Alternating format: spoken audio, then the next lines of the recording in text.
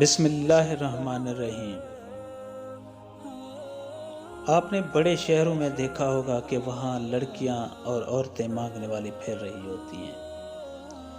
کئی مرتبہ ایسا ہوتا ہے کہ آپ اسٹاپ پر کھڑے ہوتے ہیں، اچانک کوئی شیشہ کھٹکھٹاتا ہے، آپ دیکھتے ہیں تو مانگنے والی عورت نظر آتی ہے۔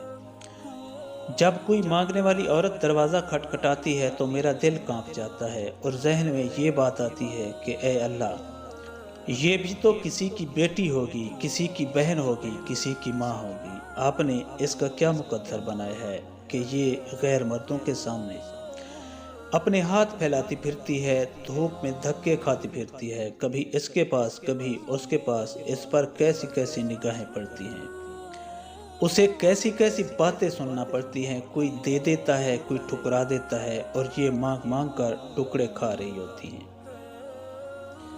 آپ نے ہماری عورتوں کو گھر کے اندر پردے میں رہ کر من مرضی کی غذائیں پکا کر کھانے کی جو نعمت دی، ہم تو اس نعمت کا شکر بھی ادا نہیں کر سکتے۔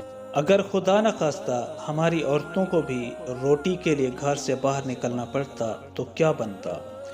یہ غیرتیں کدھر جاتی؟